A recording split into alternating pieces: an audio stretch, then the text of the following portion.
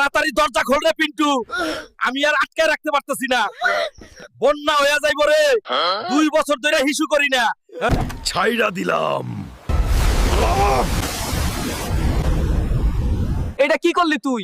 মুই তো বন্যা হয় দিলি। আমার তো এখনো টয়লেট করিই নাই। 10 বছর ধরে টয়লেট করি না, আর মনে হয় না আটকে রাখতে পারবো। ছাইরা দিলাম।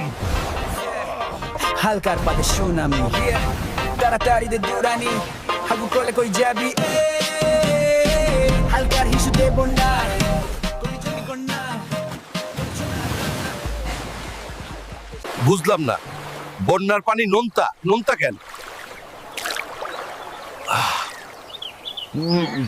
হালকার হিসুতে দক্ষিণ অঞ্চল বন্যায় তলিয়ে গেছে, বাদে তৈরি হয়েছে সুনামি। এখন হাগু করলে কি হবে সেটা নিয়ে উদ্বিগ্ন সবাই। এই সেই হালকা, যার কারণে এই তীব্র বন্যা। দেখতেই পাচ্ছেন তাকে লোহার প্যান্ট পরানো হয়েছে যেন আর কোনো অঘটন না ঘটে এবং ক্ষতি কমানোর জন্য।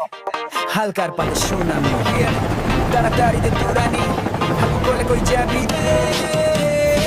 হালকার হিসুতে বন্যা কই যাবি কন্যা